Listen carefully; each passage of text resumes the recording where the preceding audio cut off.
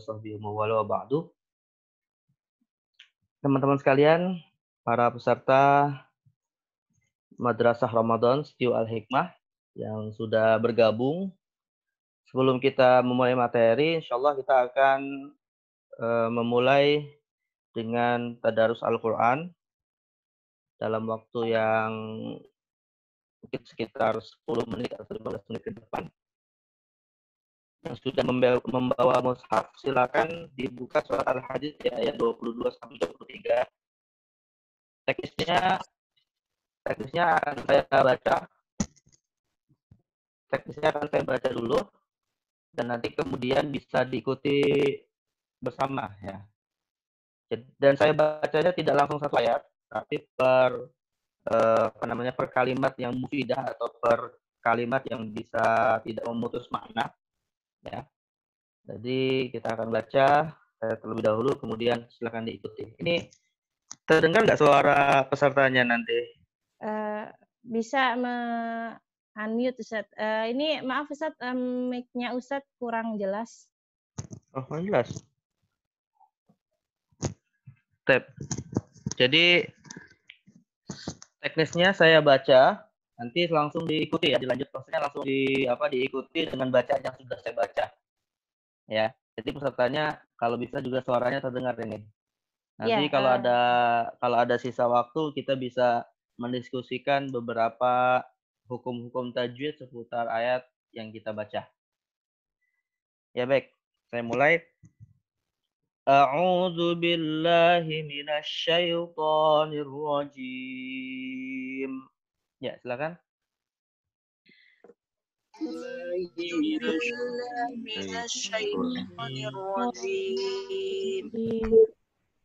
Bismillahirrahmanirrahim. Bismillahirrahmanirrahim. Ma asaba min musibatin fil ardi wala fi anfusikum.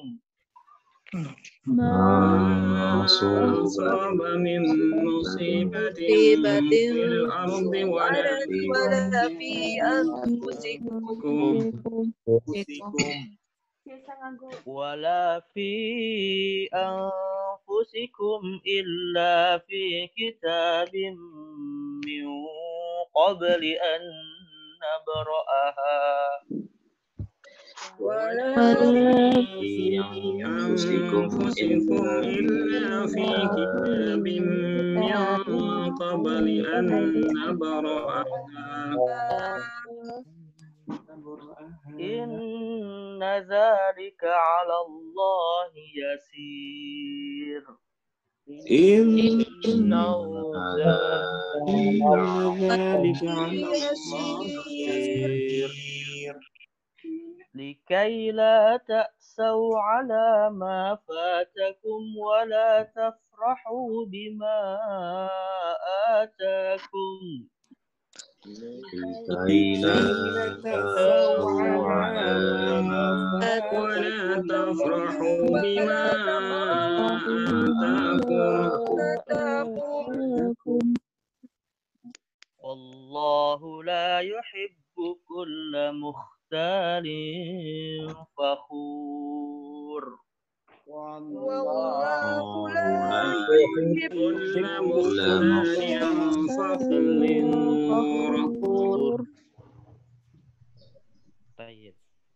Ada di antara peserta yang mau membaca ayat pertama terlebih dahulu? Silakan.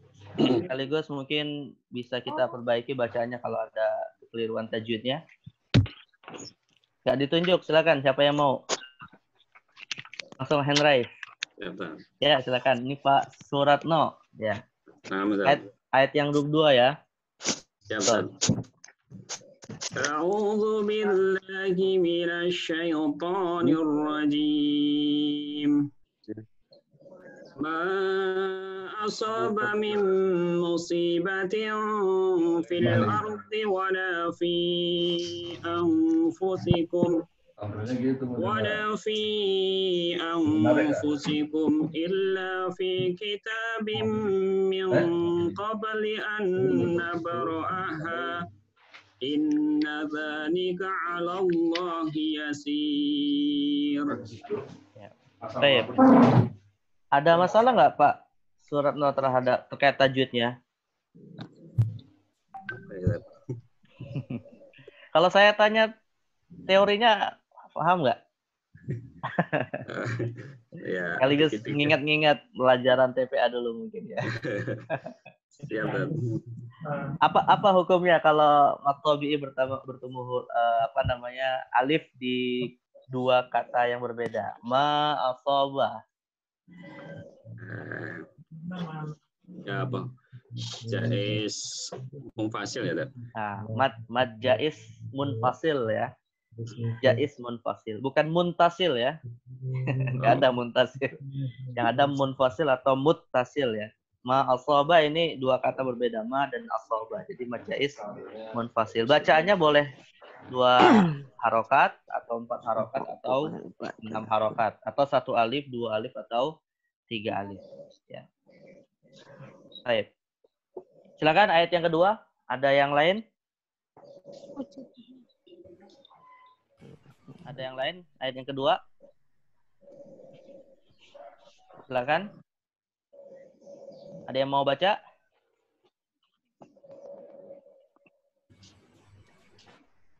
Bisa hand raise? Raise hand. Raise Hand hand. raise atau raise hand? Raise hand. Raise hand. Ya. Ya, silakan. Ada yang mau baca ayat yang kedua, surat Al-Hadid ayat 23. Ini siapa? Raise hand? Nggak ada? Nggak usah takut ditanya tajwidnya. Kalau nggak tahu nanti dikasih tahu. Ya, yang penting baca. Silakan. Nggak ada? Lanjut, Tad. Kalau nggak ada, siapa tadi? Hah? Ini lanjut lagi ya, Tad. Hah? Siapa? Pak Suratno, Tad. Yang Oh, tadi. Pak Suratno. Ya udah, kalau nggak ada, silakan Pak Suratno dilanjut. Saya, Tad. Hmm. Alhamdulillah, nasya'al-rajim. لكي لا تأسوا على ما فاتكم ولا تفرحوا بما آتاكم والله لا يحب كل مختال فخور. Ya, dari sisi tajwid, alhamdulillah udah bagus Pak Suratno. Ya. Kalau fakhur apa matnya Pak Suratno? Fakhur. Nah, itu dibaca nama matnya apa? Mat arid li sukun ya, Tad? Ya, mat arid disukun. Ya, betul. Mat tabi'i atau mat layyin yang diwakafkan, yang berada di penghujung ayat diwakafkan. Nggak hanya mat tabi'i ya, juga bisa mat layyin. Nah, itu dua-duanya disebut mat arid disukun. Ya, mat arid disukun dibaca 6 harokat. Baik. Ini udah jam berapa? 5.42. 5.42. Nah. Ada yang ingin ditanyakan terkait tajwidnya?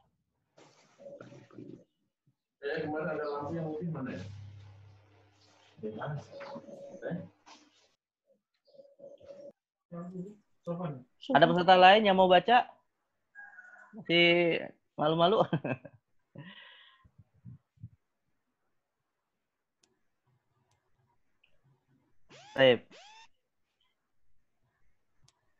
Baik, mungkin terima kasih ya kepada Pak Suratno yang tadi membaca 2 ayat ini dan sudah sebagian kita bahas tajwidnya. Mungkin kita bisa mulai materi yang akan kita bahas pada kesempatan di pagi hari ini, sesi pertama dari Madrasah Ramadan. Dan pilihan ayatnya memang sengaja kita pilih ayat untuk tadarus ini surah Al-Hadid ayat 22 sampai 23 ya, terkait dengan kondisi real hari ini ya, kita dihadapkan pada satu ujian yang memang mesti kita sikapi berdasarkan apa yang Allah berikan ajarannya di dalam 2 ayat ini, yaitu agar kita bikai la ta'saw 'ala ma fatakum wa la tafrahu bima atakum. Ya, agar kita tidak berputus asa tapi juga tidak angkuh kepada Allah Subhanahu wa taala. Baik, mungkin kita bisa lanjut ya, karena ini sudah masuk 54, berapa 54, 45 ini? 545 Ustaz. 45 Lanjut ya. ke Lanjut aja ya. Iya, Ustaz. Baik, bismillahirrahmanirrahim. Alhamdulillahi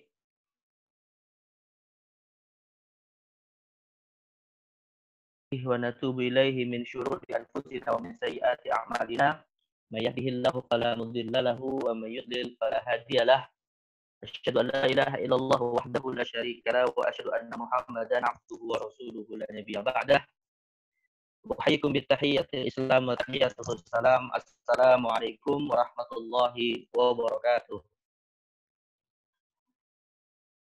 Alhamdulillah, rekan-rekan sekalian yang dimuliakan Allah Subhanahu wa taala, pada pagi hari ini, hari yang kedua dari bulan Ramadan, tak terasa ya bulan Ramadan tersisa kurang lebih 29 hari lagi. Kita bersyukur kepada Allah Subhanahu wa taala diberikan kesempatan untuk bisa memasuki bulan yang mulia ini, dipilih oleh Allah Subhanahu wa taala di antara hamba-hambanya yang bisa merengkuh berbagai macam fadilah dan kemuliaan bulan yang mubarak ini.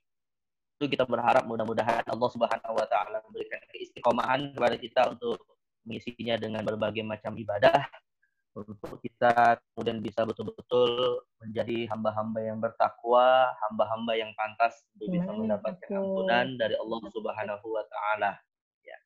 Terlebih ini merupakan Ramadan yang cukup istimewa, Ramadan yang cukup unik, karena kita berada pada bulan Ramadan dikondisikan oleh Allah untuk bisa maksimal beribadah walaupun di dalam rumah kita masing-masing, ya, dalam kondisi merebaknya wabah atau pandemik, yang tentunya bagi seorang mukmin yang namanya ibadah itu Allah Subhanahu wa taala syariatkan di masjid saja, tapi juga di tempat-tempat lainnya yang tentunya itu semua dalam rangka untuk kita mengambil hikmah yang terbaik dari Allah Subhanahu wa taala. Ya.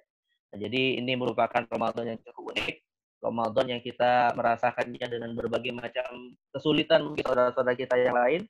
Dan mudah-mudahan dengan kesulitan tersebut nilai kualitas pahalanya pun ditingkatkan oleh Allah Subhanahu wa taala.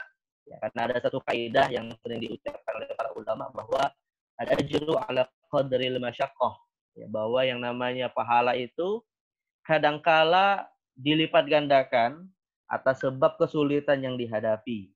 Ya, karena kalau kita beribadahnya selama bukan dalam konteks rukhsah, ya kita beribadahnya dalam kondisi lebih sulit, kadang pahalanya bisa lebih besar daripada dalam kondisi normal. Ya sama tentunya dengan catatan tidak sampai membahayakan diri kita. Nah, jadi mudah-mudahan Ramadan kita tahun ini dalam kondisi seperti ini tidak membuat kita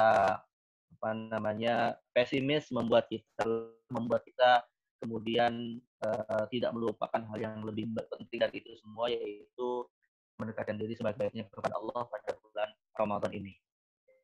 Baik, ikhwas sekalian. Apa Ustaz? Suaranya agak putus-putus Ustaz. Oh gitu. Masalahnya di mana nih? Baik. Jadi pada kesempatan perdana ini, di Al-Hikmah, kita akan membahas satu tema yang telah disusun oleh panitia, yaitu terkait dengan bagaimana kita mengoptimalkan, ya, bagaimana kita memaksimalkan ibadah kita di bulan Ramadan, ibadah kita pada bulan yang mulia ini di tengah merebaknya wabah ya, COVID-19. Ya. Artinya ini merupakan penyemangat, ya, merupakan pengkondisian agar kita kemudian bisa memaksimalkan waktu yang diberikan oleh Allah ini meskipun dalam kondisi dan suasana yang sulit, agar bisa mengisi Ramadannya dengan sebaik-baiknya. Saya sudah menyiapkan materi PowerPoint. Mungkin bisa langsung saya share ya di layar masing-masing. Nanti kalau ingin mengulangi pelajaran, insya Allah nanti akan bisa kita bagi kepada teman-teman. Ya. Dan terkait dengan materi ini, paling tidak saya memfokuskan kita akan mendiskusikan 3 hal saja, ya, 3 hal saja karena waktu yang sangat terbatas. Nanti kalau bisa kita memperbanyak diskusi saja, ya. Jadi 3 hal tersebut adalah kita akan membahas terkait dengan masalah orang Muslim bisa mengisi waktu-waktu di bulan Ramadannya dengan ibadah yang dibatasi tempatnya di rumah. Ya. Artinya ini kan seperti yang tadi saya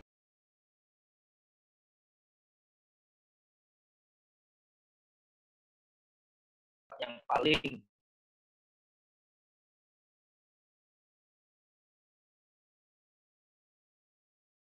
ya, buat kita kecewa atau membuat kita pesimis atau khawatir, kita tidak bisa. Suaranya kurang jelas, Ustaz. Masih ini. Putus-putus, Ustaz. Putus ya? Iya, Ustaz. Di sinyal mungkin masalahnya, bukan? Nah, seperti itu jelas. Mungkin headsetnya, Ustaz. Nah, jadi hal pertama yang ingin kita bahas adalah bagaimana kita memaksimalkan ibadah Ramadan kita ketika kita berada di rumah, ya.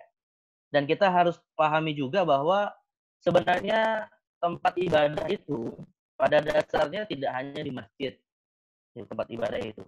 Kalau kita membaca beberapa kitab fikih, para ulama paling tidak menetapkan bahwa tempat ibadah itu ada 3. Ya. Yang pertama tentu yang paling mulia adalah Masjid Allah Subhanahu wa Ta'ala. Tapi itu pun ya, masjid sebagai tempat ibadah kalau kita kaitkan dengan ibadah sholat, secara khusus yang menjadi hal utama untuk kita lakukan di masjid adalah sholat fardu, gitu ya. Malah kalau kita mengamalkan sholat sunnah, ya tentu dalam catatan bukan sebagai syiar, tapi sholat sunnah yang memang menjadi tambahan ibadah fardu kita, anjurannya adalah berada di dalam rumah. Karena Nabi SAW memerintahkan para sahabat, ya kalau kalian sudah melaksanakan sholat fardu, jangan lupakan sholat sunnah di rumah kalian. Fa innalahu nur, ya karena baginya nanti ada cahaya di dalam rumahnya dengan sholat sunnah tersebut. Nah, jadi artinya Rasulullah mengajarkan kepada kita juga agar jangan lupa rumah kita juga memiliki hak untuk kita isi dengan ibadah-ibadah yang lain, khususnya ibadah sunnah. Dan yang ketiga, selain rumah kita adalah Rasulullah juga mengajarkan kepada kita bahwa ya innama ju'ilat liyal ardu masjidan wa tahura. Allah Subhanahu wa taala jadikan semua tempat di muka bumi ini hakikatnya bisa untuk kita beribadah di dalamnya. Ya tentu dengan catatan bahwa tempat tersebut tidak dilarang oleh syariat. Ya, tidak tidak melanggar ketentuan syariat. Maka hukum asalnya dimanapun kita berada kita bisa beribadah kepada Allah Subhanahu wa taala. Nah, makanya ini background gambar yang saya buat dalam PowerPoint, saya sengajakan kita memilih gambar musola rumah atau satu ruangan yang biasanya kita pakai untuk sholat. Nah, jadi artinya sekali lagi, walau kita dikondisikan oleh Allah Subhanahu wa taala tidak bisa sholat di dalam masjid, maka insya Allah tetap orang muslim mendapatkan banyak kesempatan untuk bisa melaksanakan ibadah sholat walaupun di rumah masing-masing. Ya. Nanti akan kita baca ya hadis-hadis dan riwayat-riwayat yang mudah-mudahan memotivasi kita untuk bisa memaksimalkan rumah kita dalam rangka untuk beribadah. Yang kedua nanti akan kita bahas juga adalah terkait dengan kita mencoba menghayati kembali hikmah-hikmah fadilah-fadilah bulan Ramadan. Ya walaupun mungkin setiap tahunnya ini sering kita dapatilah dari para asatidzah kita, tapi fadzakir fa inna dzikra tanfa'ul mu'minin, bahwa bahwa yang namanya mengingatkan itu pasti akan bermanfaat bagi orang-orang yang beriman. Maka nanti akan kita coba ingatkan juga fadilah dari bulan Ramadan untuk semakin kita juga betul-betul semangat dalam beribadah di bulan yang mulia ini. Dan yang ketiga, sebagai penutup, kita juga akan mendiskusikan ya paling tidak ada 7 ibadah, ada 7 jenis ibadah yang memang istimewa di bulan Ramadan, yang memang khusus disyariatkan sebagiannya di bulan Ramadan. Kita akan diskusikan bagaimana kita mengamalkan baik-baiknya ibadah tersebut di tengah merebaknya wabah corona hari ini. Nah, inilah paling tidak 3 hal yang akan kita bahas ya pada kesempatan di pagi hari ini, dan nanti mudah-mudahan ada waktu yang cukup banyak untuk bisa kita meluaskan materi ini. Baik, pertama adalah bagaimana kita beribadah di dalam rumah. Ya, saya kutipkan beberapa hadis Nabi Shallallahu Alaihi Wasallam yang mudah-mudahan bisa menjadi motivasi bagi kita untuk beribadah di dalam rumah kita dengan sebaik-baiknya. Pertama adalah ada hadis ya yang diriwayatkan oleh Imam Bukhari dan Muslim, rahimahumullah, dari salah seorang sahabat ya. Jadi ada salah seorang sahabat yang bernama Itsban ibn Malik radhiyallahu anhu. Terputus Ustaz. Terus lagi. Nah, jadi Itsban ibn Malik radhiyallahu anhu ini adalah seseorang yang disebutkan dalam riwayat Dharirul Basar, yang memiliki pandangan mata yang agak rabun. Nah, tetapi beliau ini rupanya adalah Raisul Qaum, bahwasanya beliau ini adalah tokoh di masyarakatnya, yang biasanya karena ya qaumahu wa huwa a'ma. Beliau ini suka menjadi imam bagi masyarakatnya ketika melaksanakan sholat berjamaah. Nah, maka Nabi Shallallahu Alaihi Wasallam ketika mengunjungi beliau diminta oleh sahabat Itsban ini tadi, sekali-sekali ya Rasulullah sholat di dalam rumah kami. Ya, lantas Itsban berkata, ya Rasulullah, innaha takunu dzulmah. Rasulullah, kadang malam itu gelap gulita dan kadangkala turun hujan yang cukup deras gitu ya, jalanan menjadi becek dan seterusnya. Wa ana rajulun dharirul basar, dan aku memiliki mata yang agak rabun. Artinya beliau semacam mendapatkan keringanan untuk tidak datang ke masjid. Ya, maka meminta kepada Rasulullah SAW, ya Rasulullah, sholli fi baiti makanan attakhidhuhu musalla. Maka kemudian sahabat Itsban ini meminta kepada Nabi untuk sekali-sekali sholat ya berjamaah di rumahnya yang dijadikan satu ruangan khusus untuk beribadah sholat, namanya disebut musola. Nah, nanti kita juga perlu memahami ya, yang namanya tempat sholat itu sebenarnya banyak istilahnya, banyak kondisinya. Ya. Tapi secara umum, ini sedikit mungkin saya luaskan dari hadis ini, bahwa tempat sholat itu, ya ikhwas kalian, paling tidak ada 4 istilah ya untuk menyebut tempat sholat. Pertama adalah jami', kedua masjid, ketiga musola, dan yang keempat zawiyah. Ya, jami', masjid, musola, dan zawiyah. Kalau jami' adalah tempat sholat yang biasa dipakai untuk sholat Jumat. Nah itu, makanya masjid-masjid besar itu biasa disebut dengan masjid jami'. Walaupun ini sebenarnya penyebutan nama tempat yang dalam tanda kutip mubazir gitu ya. Sebenarnya kalau cukup minimal itu ya pakai saja kata jami'. Nah itu sudah menunjukkan tempat sholat ini dipakai untuk sholat Jumat. Tapi kalau istilah masjid, ya istilah masjid ini bisa jadi tempat-tempat sholat yang biasanya tidak digunakan juga untuk sholat Jumat. Ya, kadang misalnya kita berada di satu perumahan, satu perkampungan yang berada di situ masjid-masjid kecil yang tidak dipakai sholat Jumat. Nah, itu namanya sebenarnya masjid, bukan musola. Ini juga banyak pemahaman di masyarakat kita menyebutnya musola gitu. Jadi tempat-tempat sholat kecil ini sebenarnya namanya masjid, selama secara konsisten dipakai untuk sholat 5 waktu. Nah, jadi bisa kita katakan bahwa setiap jami' itu masjid, tapi tidak setiap masjid adalah jami'. Nah, jadi masjid itu intinya dipakai untuk sholat 5 waktu meskipun tidak untuk sholat Jumat. Nah, sedangkan kalau musola itu adalah tempat sholat yang dipakainya itu sifatnya momentum tertentu saja. Misalnya kalau kita mengadakan sholat Id di lapangan bola. Nah, saat itulah kemudian lapangan bola ini disebut dengan musola.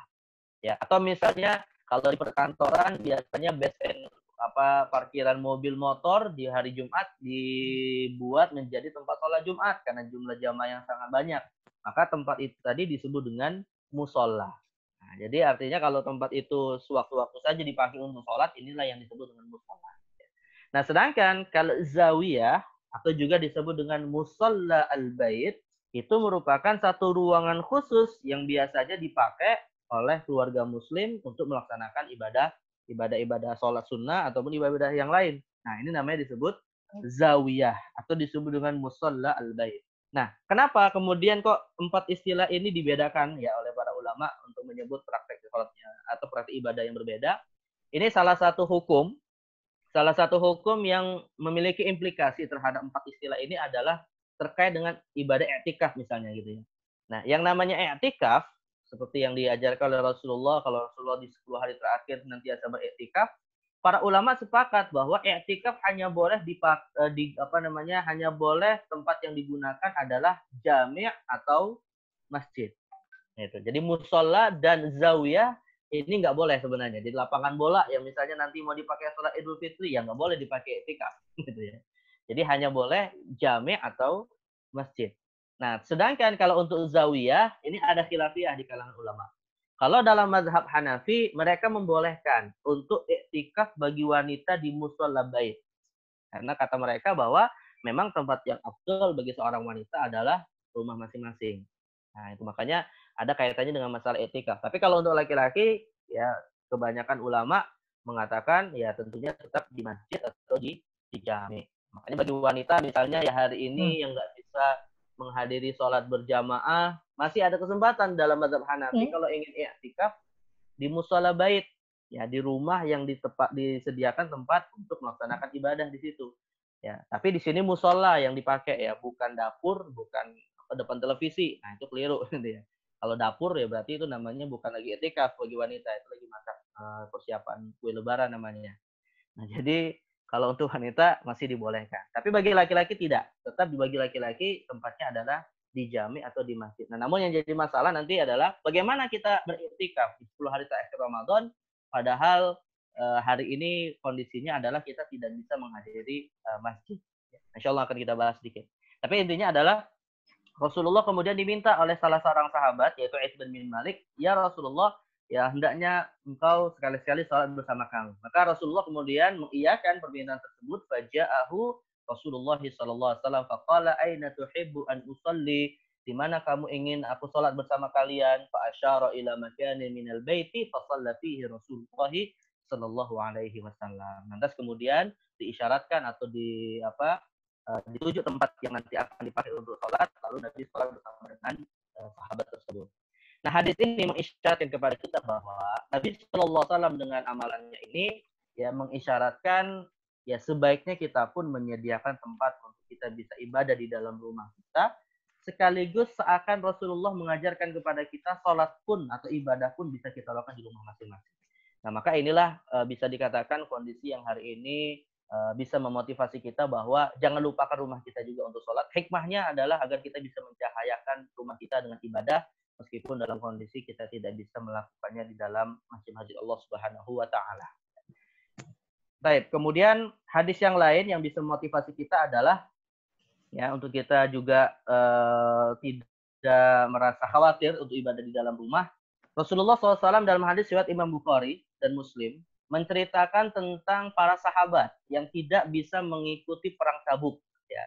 Dalam hadis riwayat Anas bin Malik, bahwa Anas bin Malik pernah bercerita bahwa Nabi SAW bersabda, kana fi ghazatin, ya, ketika dalam suatu peperangan yang disebut dengan ghazwah. Ghazwah itu dalam sirah Nabawi adalah istilah untuk menyebut perang yang langsung diikuti oleh Rasulullah SAW. Ya, dalam riwayat yang lain disebutkan perang ini adalah perang Tabuk atau perang Zatul Usyairah.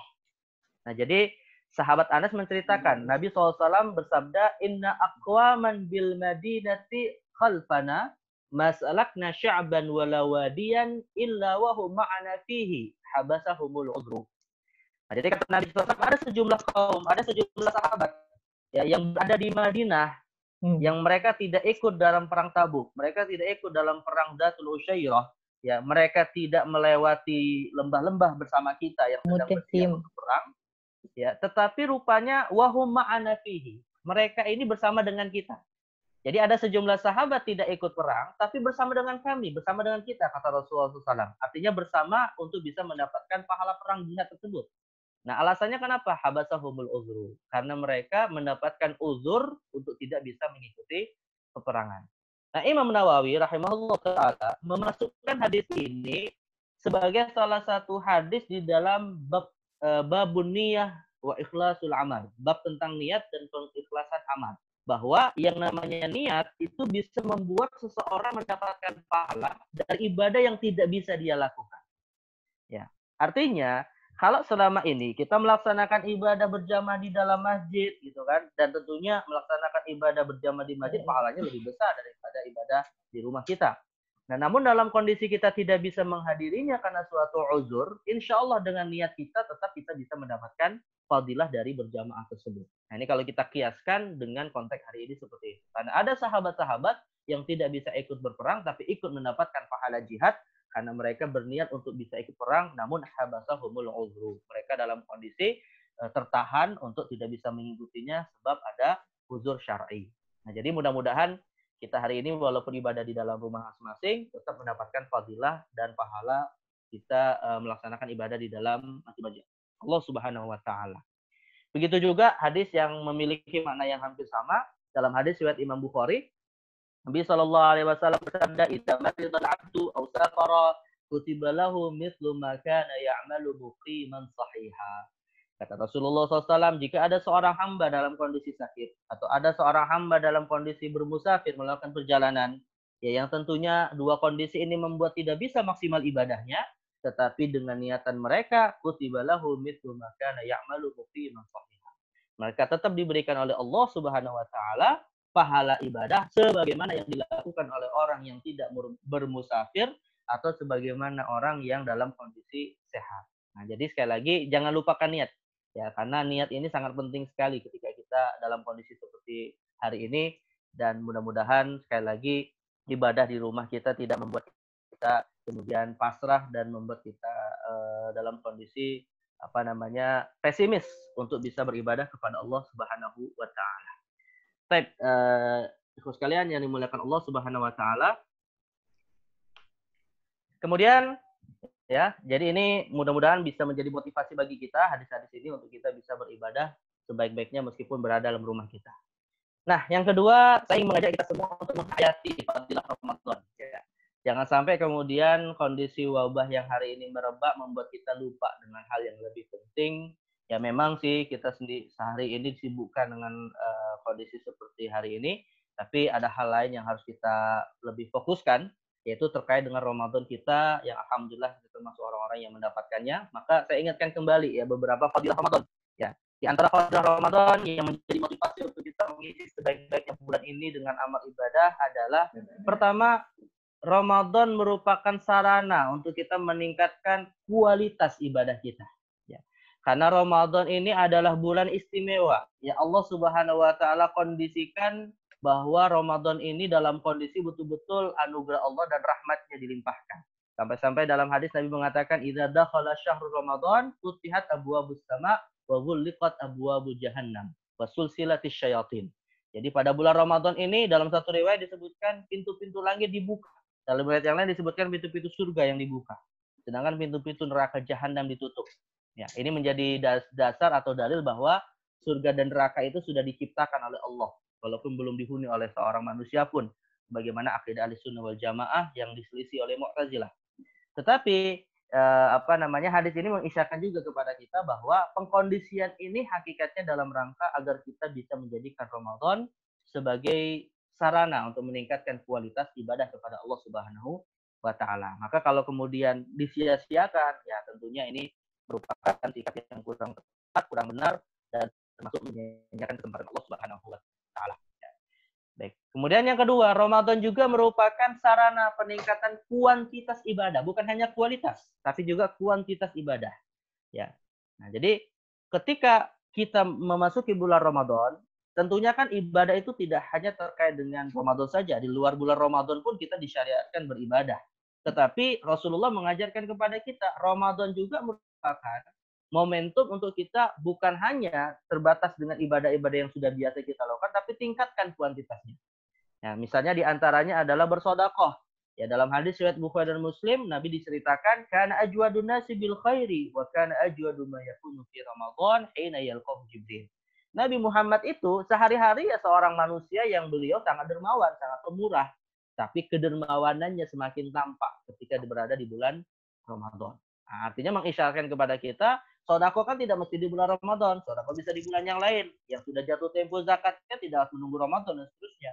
Tetapi Rasul mengajarkan kepada kita, Ramadan menjadi momentum untuk kita tingkatkan kuantitas ibadah yang kita lakukan atau sudah yang biasa kita lakukan pada bulan-bulan yang lain. Maka ini juga motivasi bagi kita jangan sampai menyanyiakan waktu yang ada di bulan Ramadan. Yang ketiga adalah kita juga diingatkan bahwa Ramadan ini adalah bulan yang mulia sebagaimana mulianya sesuatu yang diturunkan di dalamnya, yaitu Al-Qur'an. Ya, dalam satu hadis Nabi mengatakan atau diriwayatkan kepada Jibril yalqan Nabi fi kulli lailah min Ramadan fa idarisuhul Qur'an. Bahwa Nabi SAW itu senantiasa didatangi oleh malaikat Jibril alaihissalam ya secara khusus di bulan Ramadan ya dalam rangka untuk mengajarkan Al-Qur'an.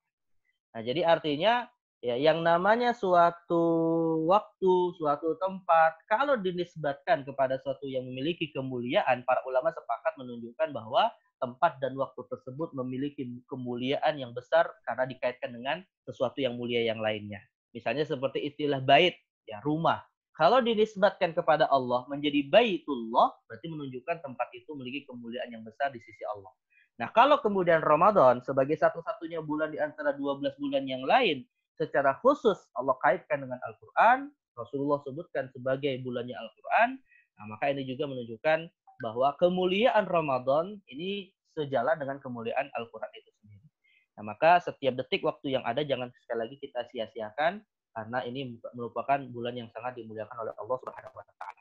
Terlebih ya di antara bulan Ramadan tersebut hari-harinya Allah sediakan satu malam yang sangat betul-betul luar biasa nilai pahalanya, yaitu Lailatul Qadar. Para ulama rata-rata memang berselisih pendapat ya, bahkan Imam Bukhari itu menyebutkan dalam kitab sahihnya ada satu judul tentang banyak sahabat yang berselisih ya terkait kapan Lailatul Qadar itu terjadi. Ya, ada yang mengatakan, dan ini yang masyhur, yaitu pada hari ke-27, ada yang mengatakan hari-hari ganjil di 10 hari terakhir Ramadan. Tapi tidak sedikit ulama yang berpendapat Lailatul Qadar pun mungkin untuk diturunkan oleh Allah pada awal-awal Ramadan. Nah, maka ini juga jangan sampai melupakan untuk kita memaksimalkan ibadah meskipun ini baru di awal-awal bulan Ramadan, karena dengan qudrohnya, dengan takdir Allah bisa saja kalau Allah berkehendak Lailatul Qadar malah di awal-awal bulan Ramadan. Walaupun yang masyhur adalah di 10 hari terakhir dari bulan Ramadan. Maka ini juga motivasi bagi kita untuk mengisinya dengan sebaik-baiknya. Dan yang terakhir adalah bahwa bulan ini merupakan momentum untuk kita bisa memohon ampunan dari Allah Subhanahu wa taala, karena hakikatnya yang namanya pengampunan dosa itulah harapan besar yang diinginkan oleh manusia nanti di akhirat. Ya, karena yang namanya pengampunan dosa merupakan wasilah kita untuk bisa mendapatkan surga Allah Subhanahu wa taala. Ya. Dalam suatu hadis bahkan Nabi mengatakan bahwa manusia tidak masuk surga dengan amalnya. Kata Nabi SAW, la yudkhilukumul jannata amaluh. Tidaklah seorang di antara kalian masuk surga itu dengan amalnya. Sampai-sampai sahabat pun bertanya kepada Nabi, wala anta ya Rasulullah, apakah Anda juga seperti itu ya Rasulullah? Lalu kemudian Nabi mengatakan, wala ana illa annallaha qad taghammadani bi maghfiratin wa rahmah. Aku pun masuk surga itu bukan karena amal, kata Rasulullah, tapi atas dasar rahmat dan ampunan dari Allah Subhanahu wa taala. Nah, jadi artinya ini bukan berarti hadis ini mengisyaratkan Nabi tidak dijamin masuk surga ya. Nabi itu sudah dijamin masuk surga.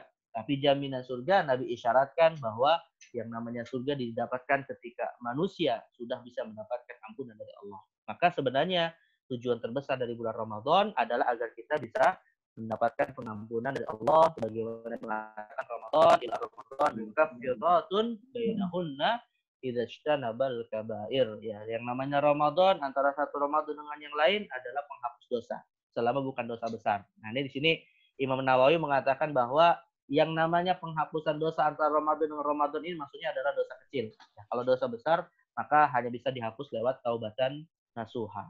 Nah, maka tapi terlepas itu semua, intinya Ramadan merupakan momentum untuk kita bisa memohon ampunan kepada Allah Subhanahu wa taala. Baik, sebagai penutup terakhir saya ingin mendiskusikan ya bagi kita semua sekaligus untuk mengingatkan setidaknya ada 7 ibadah yang memang secara khusus disyariatkan sebagiannya di bulan Ramadan. Lalu bagaimana sih kita bisa melakukannya di tengah merebaknya wabah hari ini? Ini waktu masih ada ya? Jam berapa sekarang? Masih, Ustaz. 15 menit lagi, Ustaz. 15 menit lagi. Baik. Jadi ada paling tidak 7 ibadah ya yang secara khusus disyariatkan di bulan Ramadan.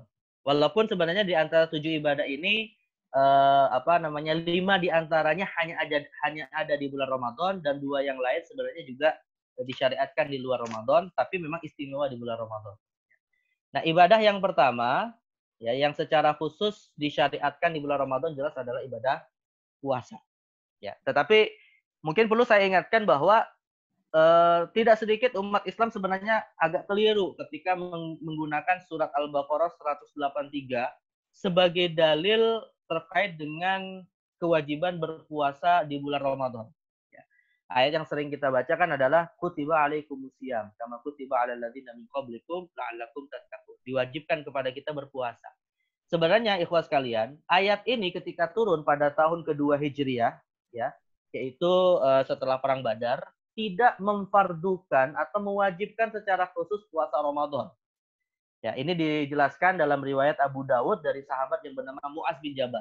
Jadi Mu'az bin Jabal bercerita ketika turun Al-Baqarah 183 yang difardukan kepada sahabat itu ya memang sih puasa Ramadan, tapi saat itu masih pilihan. Faman syaa shoma wa man syaa amma miskinan yauman. Barang siapa yang mau puasa ya puasa, yang mau tidak puasa bisa bayar fidyah. Saat itu pilihan ketika turun kutiba alaikumusiyam ini. Ya, bahkan sebelum turunnya ayat ini pun sebenarnya Rasulullah sudah diperintahkan untuk berpuasa dengan jenis puasa yang lain, yaitu puasa Asyura dan juga 3 hari setiap bulan. Ya. Nah, ketika turun kutiba alaikumusiyam, Ramadan belum secara tegas menjadi puasa yang diwajibkan kepada para sahabat. Lantas ketika turun ayat selanjutnya surah Al-Baqarah 185, maka kemudian turunlah perintah yang secara tegas mewajibkan puasa Ramadan kepada mereka yang mampu, yang sebelumnya hanya diberikan pilihan, yaitu ayat Al-Quran, Syahrul Ramadan alladzi unzila fihi al-Quran hudal linnas wa bayyinatin minal huda wal furqan faman syahida minkumus syahra falyasum. Ya, bahwa bulan Ramadan Allah tidak sebutkan bulannya yang di dalamnya kita diperintahkan untuk melaksanakan ibadah puasa, yaitu dengan perintah faman syahida minkumus syahra falyasum. Kalau sudah kita dapati, sudah kita saksikan bulan Ramadan itu datang, maksudnya hilalnya, maka berpuasalah. Jadi sebenarnya bisa dikatakan dalil yang tepat, ya, dalil yang tegas mewajibkan kita puasa Ramadan itu surat Al-Baqarah ayat 185. Nah, ini dalil yang sebenarnya seperti itu. Tetapi ya ada hadis juga yang mengisyaratkan kepada kita bahwa puasa itu seakan-akan yang fardu hanya Ramadan. Yaitu hadis riwayat Imam Bukhari dan Muslim. Ada salah seorang sahabat yang bernama Talha bin Ubaidillah menceritakan seorang Arab Badui bertanya kepada Nabi tentang puasa yang difardukan. Madza faradallahu alayya minasyam? Ya Rasulullah, apa puasa yang difardukan kepada aku? Nabi mengatakan syahrul Ramadan, hanya puasa Ramadan. Lantas kemudian sahabat ini bertanya lagi, hal alayya ghairu? Apakah ada puasa yang lain? Nabi menjawab, la illa anta taw'a syai'a. Tidak ada kecuali engkau menambahnya dengan yang lain. Nah, ini juga harus kita pahami dengan baik, ya. Yang dimaksud Rasulullah bahwa puasa yang difardukan hanya Ramadan, itu maksudnya adalah puasa yang difardukan atas sebab waktu. Nah, jadi kalau misalnya kita ditanya, kapan kita puasa Ramadan? Ya tentunya jawabannya kalau sudah di bulan Ramadan. Nah, ini sebabnya waktu. Ya kalau belum masuk bulan Ramadan, nggak ada puasa Ramadan. Gitu. Tapi dengan catatan, ada puasa lain yang difardukan tapi sebabnya lain, bukan karena waktu. Ya, saya menyebutnya dengan istilah waktu difardukan karena sebab mukallaf. Nah, dalam hal ini ada 3 sebenarnya puasa yang hukumnya wajib tapi tidak terkait waktu. Yaitu puasa qadha Ramadan, puasa nazar, dan puasa kafarah. Ya, jadi sebenarnya puasa yang wajib bukan hanya Ramadan, tapi Ramadan hanya sebagai atau puasa yang diwajibkan atas sebab waktu. Namun ada kewajiban lainnya dalam bentuk puasa tapi bukan karena sebab waktu. Nah, jadi sebenarnya tidak bertentangan antara hadis ini dengan ketentuan puasa yang lain, tapi yang menjadi titik temunya adalah apa yang menyebabkan kita wajib puasa Ramadan dan apa yang menyebabkan puasa yang lain. Nah, tapi sekali lagi puasa Ramadan hakikatnya ibadah yang disyariatkan lewat surah Al-Baqarah 185. Nah, namun yang jadi masalah begini. Nah, lalu bagaimana kita berpuasa pada saat wabah hari ini? Ini kan sebelum Ramadan sudah mulai muncul tuh wacana-wacana aneh gitu kan. Ya udahlah, nggak usah puasa Ramadan, bisa bayar fidyah aja, apalagi lagi dibutuhkan oleh masyarakat miskin gitu kan. Nah, pertanyaannya ini, wallahu alam, wacananya itu apa maksudnya? Apakah untuk dengan niatan membantu atau sebenarnya ada tujuan untuk merusak Islam gitu ya? Atau malah memang datang dari kebodohan? Karena yang namanya puasa itu tidak bisa diganti dengan apapun ketika seseorang masih bisa untuk berpuasa. Fidyah itu sifatnya rukhsah. Fidyah itu adalah keringanan bagi mereka yang tidak bisa puasa. Tapi bagi mereka yang bisa berpuasa tetap wajib berpuasa. Kalau dengan alasan ini momentum untuk membantu, bisa jadi orang yang mewacanakan ini lupa bahwa yang namanya cara Islam membantu secara ekonomi kepada orang lain bukan hanya lewat fidyah. Ada kewajiban zakat mal kita, ada kewajiban harta yang mungkin kita memiliki nazar di situ, atau misalnya ibadah harta secara sunnah seperti wakaf, sedekah, infak dan seterusnya. Maka tidak bisa kita korbankan ibadah puasa dengan alasan untuk membantu saudara kita melalui fidyah. Tentu bagi mereka yang memang mampu berpuasa. Nah, jadi saya pikir kalau puasa nggak ada kendala lah bagi kita ya. Apalagi dengan alasan saat puasa imunitas kita lemah. Nah ini juga perlu dicari apa penelitiannya apa benar seperti itu. Malah sebagian dokter menginformasikan kepada kita orang yang berpuasa imunitasnya semakin kuat. Nah jadi ini sekali lagi wacana-wacana yang tidak perlu kita pedulikan karena puasa bisa kita lakukan meskipun dalam kondisi seperti ini. Ya. Baik, kemudian ibadah kedua yang kita juga disyariatkan di dalam Ramadan untuk melakukannya sedekah. Yang seperti itu kita bahas sebelumnya bahwa Nabi Shallallahu Alaihi Wasallam itu adalah seorang Rasul yang ketika masuk bulan Ramadan lebih dermawan daripada hari-hari yang lain. Ya. Meskipun sedekah jelas yang namanya ibadah sedekah tidak hanya di bulan Ramadan. Tapi sekali lagi, Ramadan momentum terbaik bagi kita untuk bisa berderma dengan harta terbaik kita. Karena dengan kita bersedekah di bulan Ramadan saat ini ada dua fadilah yang kita dapati. Pertama adalah bulan Ramadannya, dan kedua momentum karena harta yang kita sedekahkan ini sangat dibutuhkan oleh saudara-saudara kita yang lain. Nah, jadi kita ingatkan bagi yang mampu secara ekonomi, nah, maka mudah-mudahan bisa berderma, bisa berbagi dengan yang lain. Yang ketiga adalah ibadah yang memang disyariatkan sebenarnya bukan hanya Ramadan, tapi istimewa di bulan Ramadan membaca Al-Quran. Nah, saya pikir juga kalau baca Al-Quran nggak ada kendala juga ya untuk masalah wabah ini. Mau ada wabah ataupun tidak ada wabah, insya Allah baca Al-Quran. Bagi yang bisa baca, insya Allah mudah gitu ya. Mungkin kendalanya adalah begini, yang selama ini nggak jadi imam, wah dipaksa jadi imam ini. Gitu ya. Bagi para suami, bagi para bapak, bagi para kepala keluarga yang selama ini mungkin sering jadi makmum kalau bulan Ramadan, yang kemudian biasa menjadi makmum dengan bacaan-bacaan yang panjang di bulan Ramadan, dikondisikan oleh Allah untuk kita yang akhirnya menjadi imam-imam baru gitu ya. Nah ini juga artinya di satu sisi kesempatan juga bagi kita untuk memperbaiki bacaan saat kita berada di rumah. Jangan lupakan Al-Quran untuk kita baca, kalau bisa dikhatamkan minimal sekali dalam bulan Ramadan, kalau bisa berkali-kali. Baik, kemudian yang keempat adalah qiyamul lail. Ini juga tidak ada kendalanya kalau kita lakukan di bulan Ramadan ya. Dan qiyamul lail ini sebenarnya istilah yang cukup luas ya Bapak sekalian. Karena qiyamul lail itu intinya adalah ibadah sholat yang dilakukan di malam hari. Jadi dia tidak hanya terkhusus sholat tarawih. Ya bisa kita katakan setiap sholat tarawih itu qiyamul lail. Tapi tidak setiap qiyamul lail adalah hanya sholat tarawih. Termasuk sholat witir, termasuk sholat-sholat sunnah lain yang kita lakukan di malam hari, bahkan termasuk sholat fardu isya dan maghrib, pada hakikatnya itu juga termasuk qiyamul lail. Nah ini juga ibadah yang bisa kita lakukan dan tidak terkendala dengan adanya wabah hari ini. Karena hakikatnya kebanyakan malah ibadah-ibadah qiyamul lail ini hukumnya sunnah yang malah dianjurkan untuk kita lakukan di dalam rumah kita. Ya Nabi mengatakan man qama Ramadan imanan wa ihtisaban ghufira lahu ma taqaddama min dzambi. Barang siapa mendirikan qiyam Ramadan, ibadah salat di malam Ramadan, maka dengan iman dan pengharapan ridho kepada Allah, Allah akan ampuni setiap dosa-dosanya. Kemudian yang kelima i'tikaf. Nah, ini yang mungkin agak masalah ini ya, Bapak sekalian, Bapak Ibu sekalian. I'tikaf mungkin yang sekarang ini agak terkendala nih. Kita berada di bulan Ramadan, di tengah tidak diadakannya sholat berjamaah di masjid, gimana kita i'tikaf? Ya. Seperti yang tadi saya katakan di awal, bagi wanita mengikuti mazhab Hanafi, mungkin masih bisa lah dia i'tikaf di rumah. Ya, karena ada satu pendapat dalam mazhab Hanafi walaupun ditolak oleh jumhur bahwa wanita itu masih memungkinkan untuk boleh i'tikaf di dalam rumah. Ya, dengan catatan di musolanya ya, di tempat yang khusus dipakai untuk sholat. Tapi bagi kita laki-laki bagaimana kita beriktikaf? Nah, sebenarnya begini ya, saya pikir iktikaf di masjid pun sebenarnya bisa saja kita lakukan. Karena yang dilarang oleh pemerintah kita, yang diinstruksikan oleh pemerintah kita atau dihimbau dan dipatwakan oleh para ulama kita adalah aktivitas berjamaah di dalam masjid. ya, aktivitas berjamaah yang memang harus mengikuti standar physical atau social distancing atau physical distancing untuk kita tidak berbaur menciptakan kluster-kluster baru penyebaran virus. Tapi kalau misalnya nih di rumah kita, di samping rumah kita ada musola atau masjid yang bisa saja kita minta izin, saya minta izin iktikaf ya di pojokan masjid tapi cuma sendirian atau cuma 2 orang dan seterusnya yang tidak terkena wabah virus. Saya pikir nggak ada masalah dan bisa saja kita beriktikaf gitu.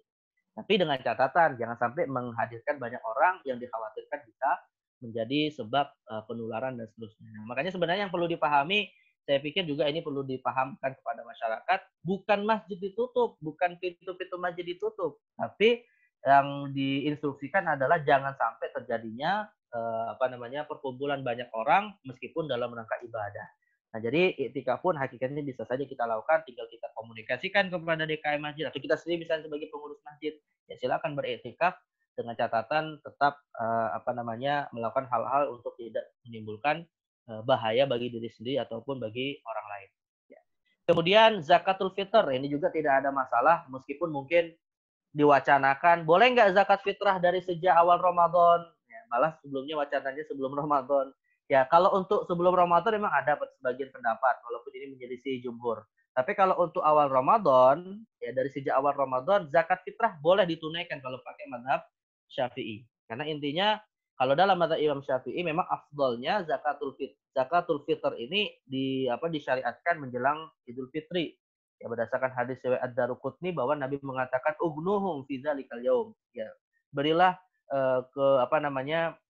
berilah kepada mereka kemampuan untuk bisa mendapatkan makanan pada saat Idul Fitri gitu ya. Tetapi dalam mazhab Syafi'i masih dibolehkan kalau ingin ditunaikan dari sejak awal Ramadan, ya, meskipun dengan alasan misalnya karena kondisi seperti hari ini. Jadi kalaupun ada yang misalnya DKI Masjid ingin memobilisasi pembayaran zakat fitr dari awal Ramadan, boleh-boleh saja, tidak ada masalah. Dan ini tidak ada masalah juga dengan kondisi hari ini bagi kita yang ingin menunaikan. Dan yang terakhir adalah yang juga disyariatkan secara khusus ya di bulan Ramadan ataupun terkait dengan Ramadan adalah Idul Fitri. Nah, kalau untuk Idul Fitri, ya kalau masalah sholat Idul Fitrinya, kalaupun misalnya tidak bisa dilakukan nanti di masjid berjamaah, boleh nggak dilakukan di dalam rumah? Jawabannya, kalau kita pakai mazhab Syafi'i, boleh, nggak ada masalah.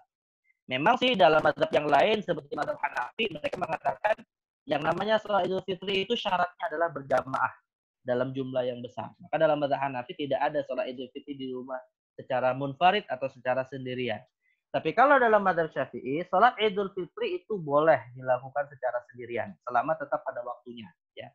Nah, maka kalau misalnya kita nanti dikondisikan tidak bisa berjamaah Idul Fitri, ya sudah, silakan sholat Idul Fitri di dalam rumah masing-masing. Ya, dan kalau misalnya hanya sendirian, tidak perlu ada khutbah. Tapi kalau misalnya ada dalam jumlah beberapa orang, 3, 4 yang sudah terhitung sebagai jamaah, maka bisa saja kita lakukan sholat Idul Fitri dengan 2 khutbah yang diajarkan oleh Nabi SAW sebelum sholat atau setelah sholat Idul Fitri. Dan yang namanya khutbah itu ya sederhana saja sebenarnya ya. Kalau dalam mazhab Syafi'i ya cukup baca 5 rukun khutbah dalam khutbah pertama dan yang kedua, walaupun pakai teks itu juga sudah mengamalkan khutbah Idul Fitri. Nah, ini juga sebagai latihan lah bagi kepala keluarga yang biasanya mungkin nggak pernah khutbah, nah ini sekali-sekali langsung khutbah di rumah masing-masing. Nah, jadi kesempatan untuk belajar banyak dari kondisi-kondisi seperti ini. Nah, bagaimana kalau silaturahim ya? Bagaimana masalah mudik atau masalah silaturahim mengunjungi keluarga kita? Ya, saya katakan sebenarnya sih tradisi mudik di tengah masyarakat kita tahunan itu sebenarnya tradisi saja. Yang namanya tradisi hukumnya tidak fardu, tidak wajib gitu ya. Nah, jadi artinya jangan sampai malah kita memprioritaskan sesuatu yang tidak wajib lalu meninggalkan sesuatu yang wajib, itu yaitu menjaga diri kita dari membahayakan orang lain ataupun membahayakan diri sendiri. Jadi kalau mau silaturahim, ya tentunya bisa dengan cara-cara yang lain, tidak mesti kemudian kita bertemu dengan orang tersebut. Dan insya Allah Ramadan kita tahun ini dan Idul Fitri kita tahun ini juga tidak akan kurang nilainya, tidak akan kurang kekhusyuannya dengan kondisi wabah yang hari ini menimpa kita, tapi malah kita harapkan lebih baik daripada tahun-tahun sebelumnya. Baik, mungkin ini yang bisa saya sampaikan ya Pak sekalian, yang menurut Allah Subhanahu wa taala.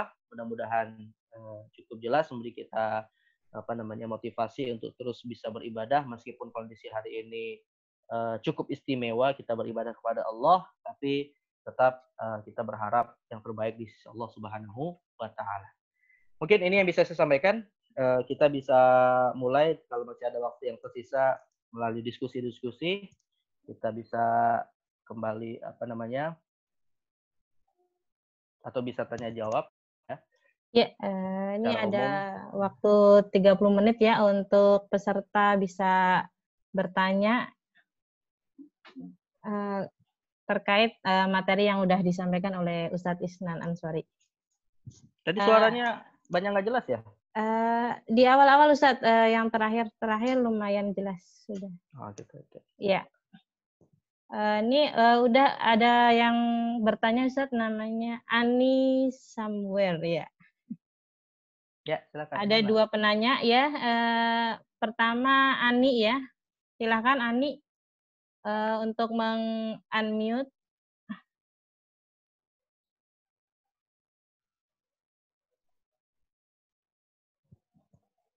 Silakan.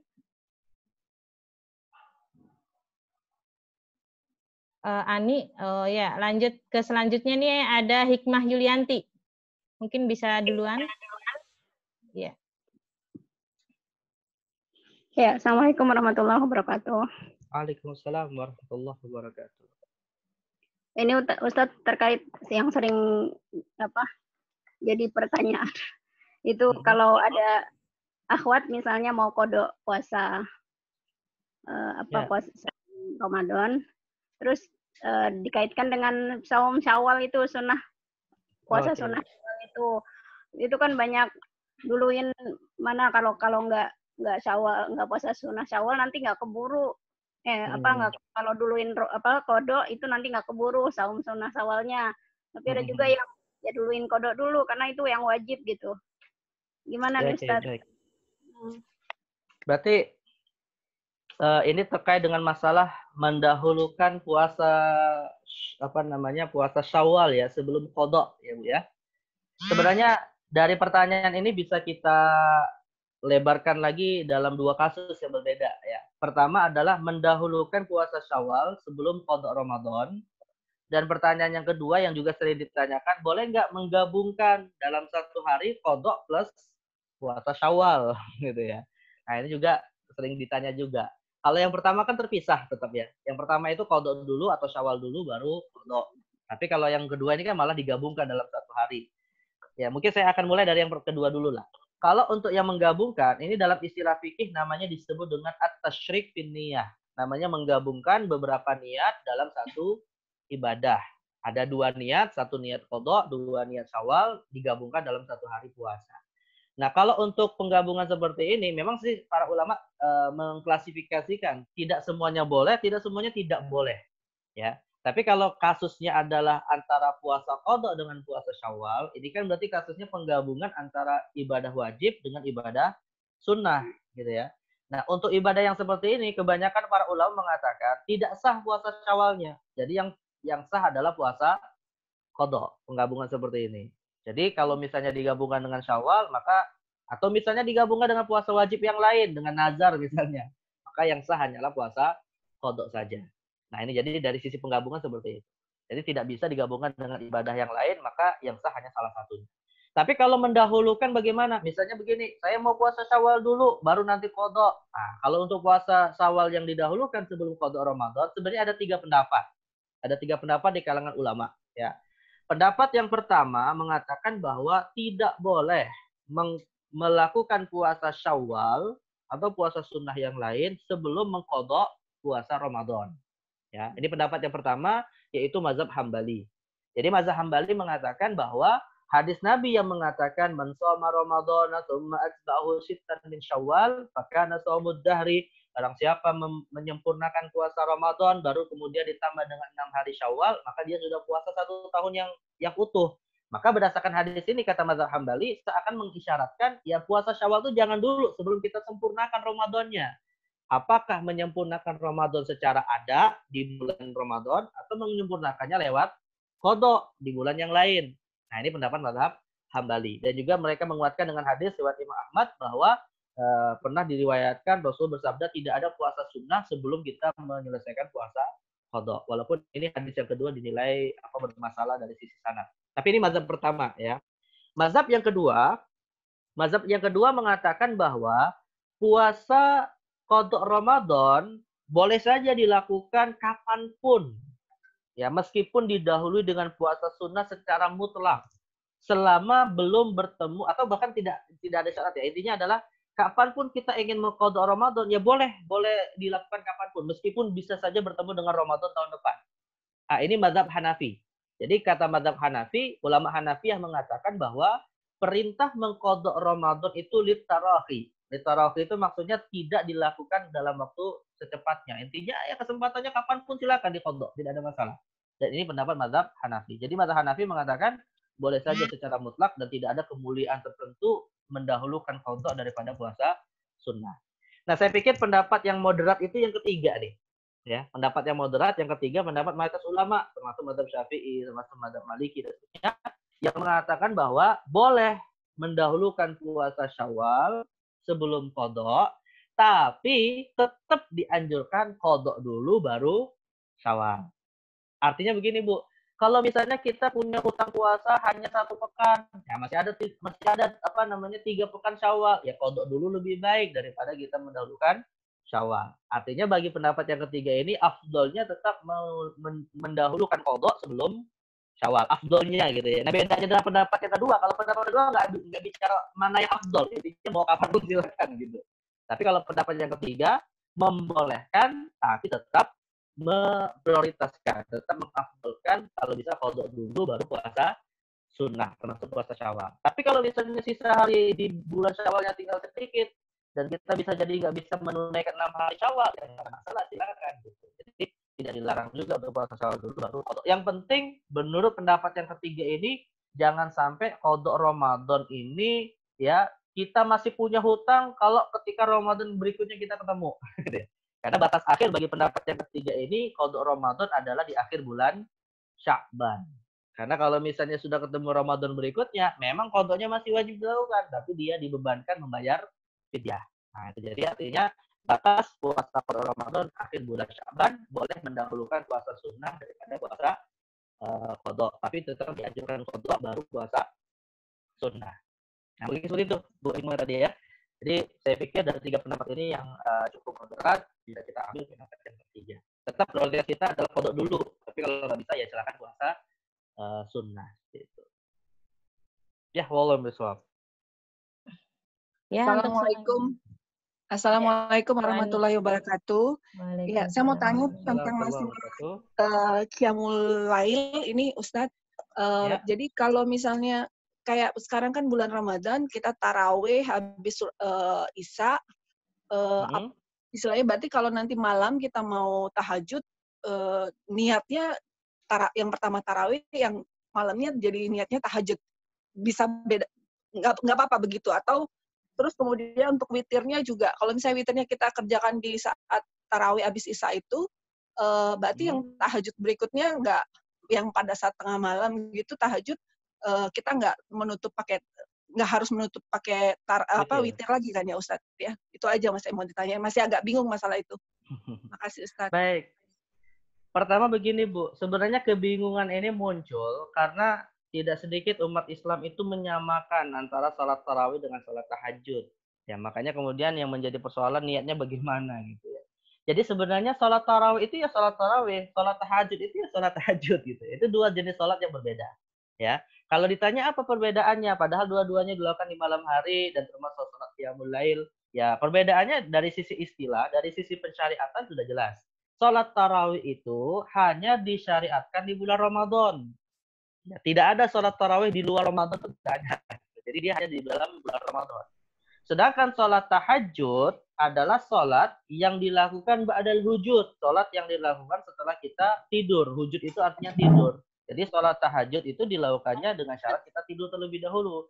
Yang menyamakan antara sholat tarawih dengan sholat tahajud adalah dua-duanya termasuk qiyamul lail. Jadi bisa seperti yang tadi saya katakan di awal Bu, bahwa yang namanya qiyamul lail itu umum, di dalamnya terdapat jenis-jenis sholat malam. Ya, jadi setiap sholat tahajud qiyamul lail, setiap sholat tarawih qiyamul lail. Tapi tidak setiap qiyamul lail mesti tahajud, mesti tarawih, mesti sholat tertentu, tidak. Intinya setiap sholat yang dilakukan di malam hari itu namanya disebut qiyamul lail. Tapi jenis-jenis sholat tertentu ini ada di dalam sholat qiyamul lail. Sholat witir termasuk qiyamul lail karena dilakukan di malam hari. Nah, jadi artinya sekarang pertanyaan berikutnya bagaimana niatnya? Ya kalau misalnya kita sudah sholat tarawih setelah isya, ya niatnya sholat tarawih. Ya berapapun jumlah rakaat yang bisa kita lakukan.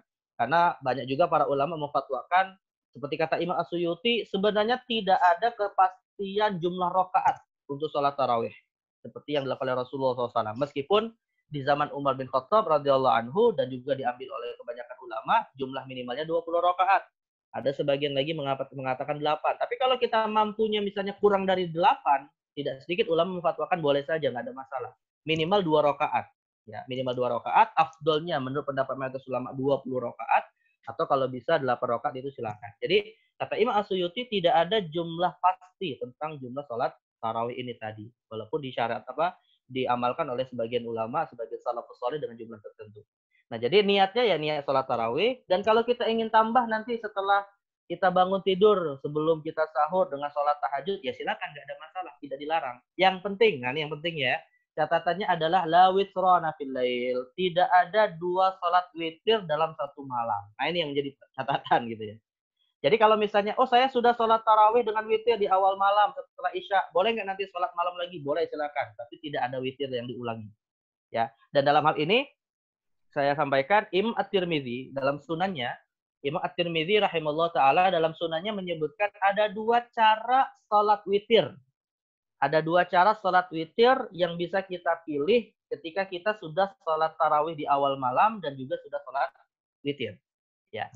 Nah, cara yang pertama ini diambil oleh sebagian ulama, di antaranya Imam Ishaq ibn Rahawai, bahwa ketika ada orang sudah melakukan sholat tarawih dan sholat witir di awal malam dan dia ingin nanti sholat tahajud lagi, bisa saja dia melakukan sholat witir nantinya dengan catatan sebelum sholat tahajud dia genapkan witirnya.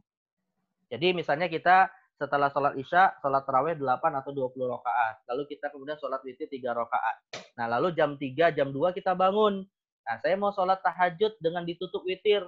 Ya, dengan niat seperti itu. Maka kita sholat dulu 1 rakaat. Ya, menggenapkan witir yang sudah kita lakukan sebelumnya.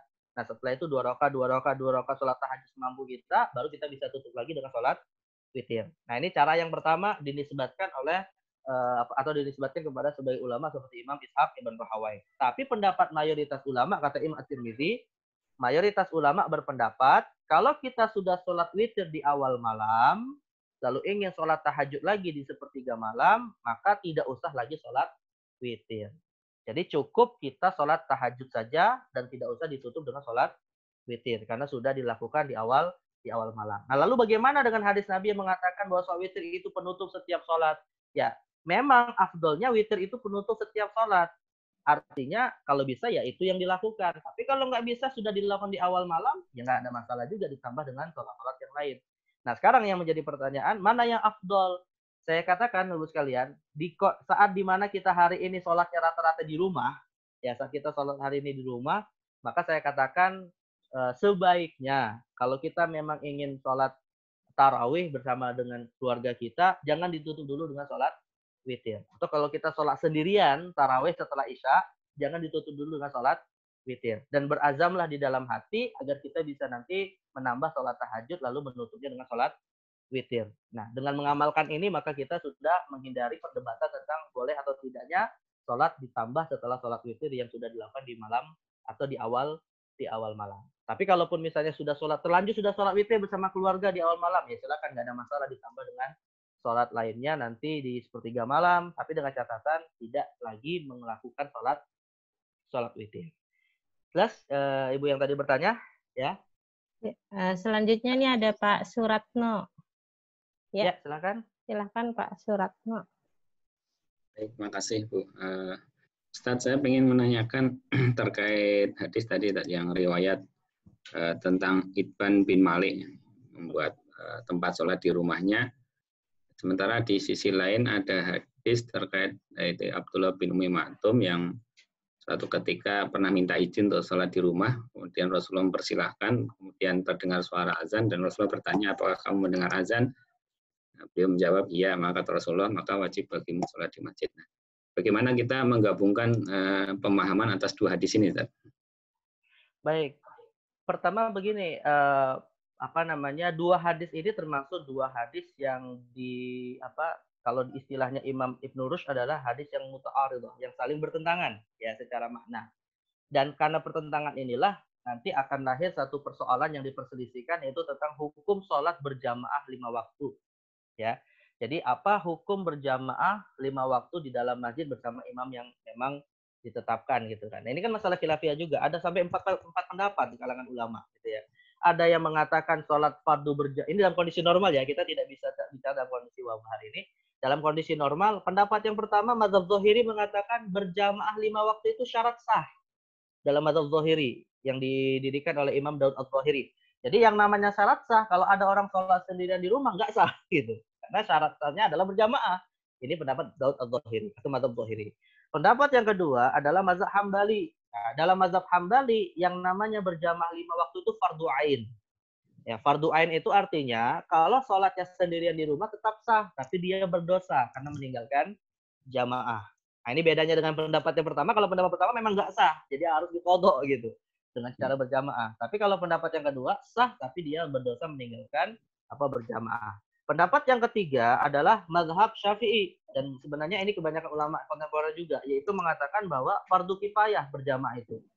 Artinya fardu kifayah itu maknanya ya intinya minimal ada beberapa orang yang sudah menggugurkan kewajiban masyarakat yang melakukan sholat berjamaah di dalam masjid. Dan ini pendapat yang diambil oleh misalnya Syekh Wahbah Zuhairi yang menganggap inilah pendapat yang hari ini lebih memberi maslahat bagi masyarakat.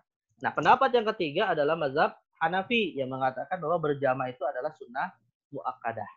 Nah, jadi artinya dua hadis ini, hadis Itban bin Malik dan hadis-hadis yang lain, misalnya hadis tentang Rasulullah SAW dalam riwayat Imam Bukhari, ya laqad hamamtu an ahriqa, aku ingin membakar rumah orang yang tidak menghadiri sholat berjamaah. Itu kan ada juga hadis seperti itu. Tapi di sisi yang lain Nabi juga mengatakan, ya sholatul jamaati afdalu min sholatil fardhi bi 27 darajah. Sholat fardu berjamaah itu lebih afdal daripada sholat sendirian. Berarti Nabi mengisyaratkan membolehkan sholat sendirian. Nah, jadi semua hadis-hadis yang ini tadi kita baca, termasuk hadis Itbah, termasuk hadis Abdullah bin Umi Maktum, termasuk hadis Nabi ingin membakar rumah orang yang nggak sholat berjamaah, ya, termasuk sholat keutamaan sholat fardu berjamaah lebih daripada sholat sendirian.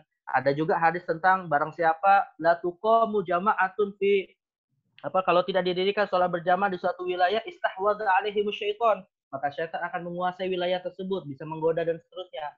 Digabungkanlah oleh para ulama, kesimpulan akhirnya ada 4 mazhab tadi. Ada 4 mazhab tadi. Nah, itu. Jadi komprominya bagaimana dengan dua hadis ini ya? Tadi 4 mazhab ini hasilnya gitu. Ada yang memfardukan, ada yang memfardu kifayahkan, ada yang mensunnah muakkadkan, dan bahkan ada yang menganggapnya sebagai syarat sah. Nah, tetapi bagaimana sikap kita? Kalau menurut saya pribadi ya sekalian, sholat berjamaah itu ambillah untuk pribadi kita sebagai amalan yang sebaiknya dan mesti kita lakukan. Kalau bisa kita lakukan. Gitu. Karena memang anjuran berjamaah ini lebih banyak dan lebih diutamakan. Tetapi kalau kita ingin memfatwakan kepada orang lain, ya kalau kita ingin sampaikan fatwa pendapat ulama kepada orang yang mungkin bisa saja tidak bisa sholat jamaah secara konsisten, ya ini adalah luas untuk kita sampaikan ke masyarakat perbedaan seperti ini. Jadi jangan sampai kita katakan yang sholatnya nggak di masjid nggak sah misalnya gitu. Padahal ada yang mengatakan itu fardu kifayah. Jadi ini keluasan perbedaan di antara para ulama. Tapi untuk pribadi kita sendiri ambillah pendapat yang memfardukan agar kita termotivasi untuk bisa sholat berjamaah. Nah, jadi ini termasuk hadis-hadis yang kata para ulama bertentangan isyarat maknanya, dan tentunya juga akan melahirkan perbedaan pendapat. Jadi kalau hadis Itban kan seakan-akan nggak wajib di masjid gitu kan. Nah, kalau hadis Abdullah bin Umar itu kan seakan-akan wajib. Nah, ini bagaimana cara mengkompromikannya? Dan dua-duanya sahih riwayat Imam Bukhari Muslim. Nah, jadi cara komprominya lahirlah 4 mazhab tadi. Ya begitu. Waalaikumsalam. Ada lagi yang ingin bertanya? Silakan, masih ada waktu sekitar 11 menit lagi ya sebelum kita tutup pesantren Ramadan sesi pertama ini. Silakan untuk raise hand ya. Siapa?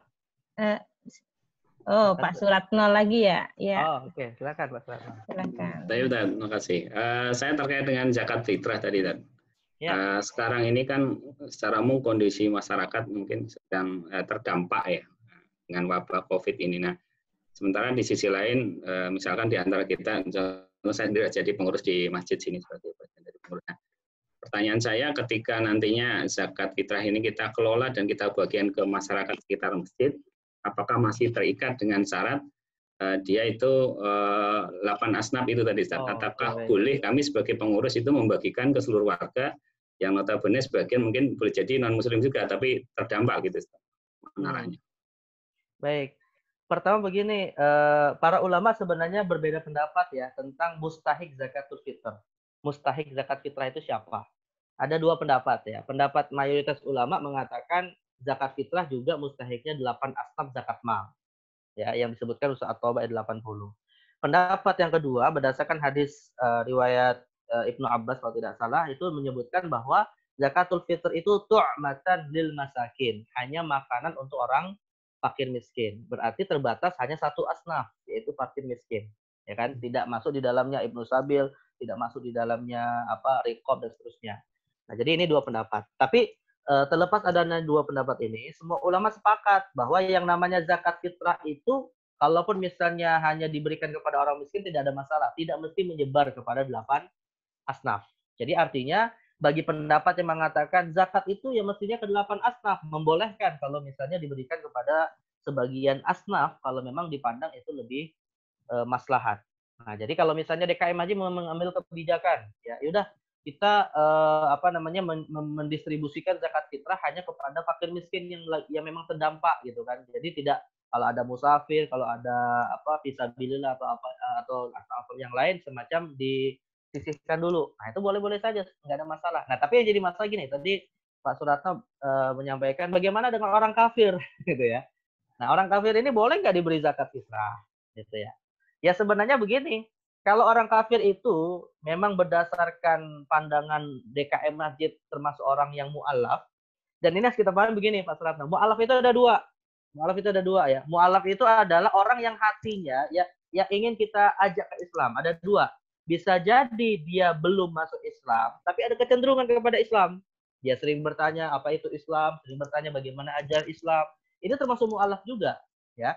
Dan yang kedua, orang yang baru masuk Islam dalam kondisi ekonominya lemah agar kemudian dikuatkan dengan bantuan-bantuan zakat ini.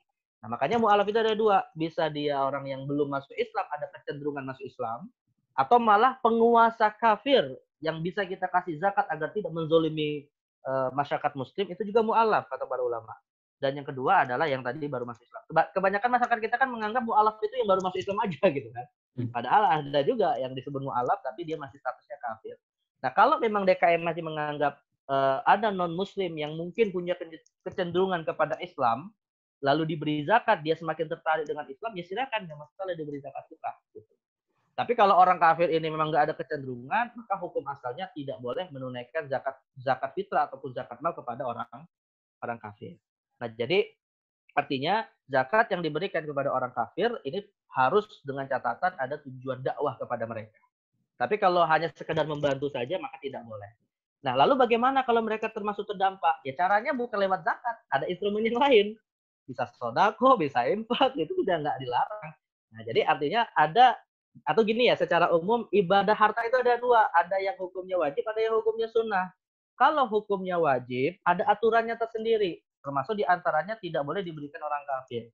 Tapi kalau hukumnya sunnah, ya seperti infak, sodako dan seterusnya, ya boleh silakan saja kita berikan kepada orang kafir. Nah, maka di sini ya DKM Masjid harus bisa memilah-milah lah mana yang wajib, mana yang tidak wajib. Dengan catatan kalau orang kafirnya ini bukan mu'alaf. Ya, jelas Pak Sorna ya.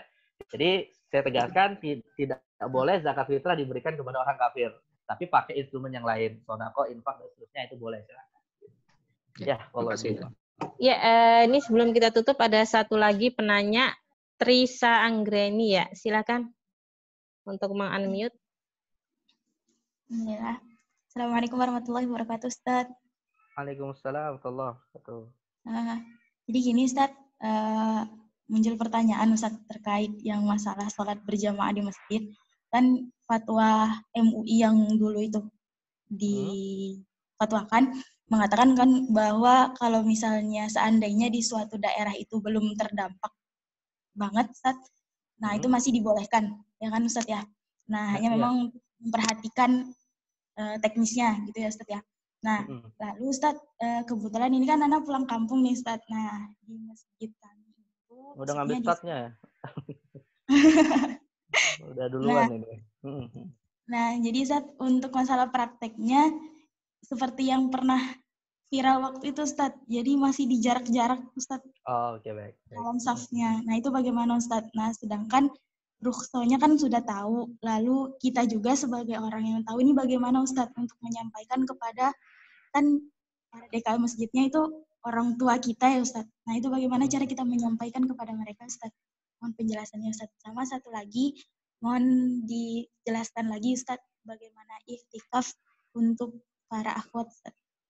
Dan Ustaz, Assalamualaikum warahmatullahi wabarakatuh. Waalaikumsalam warahmatullahi wabarakatuh.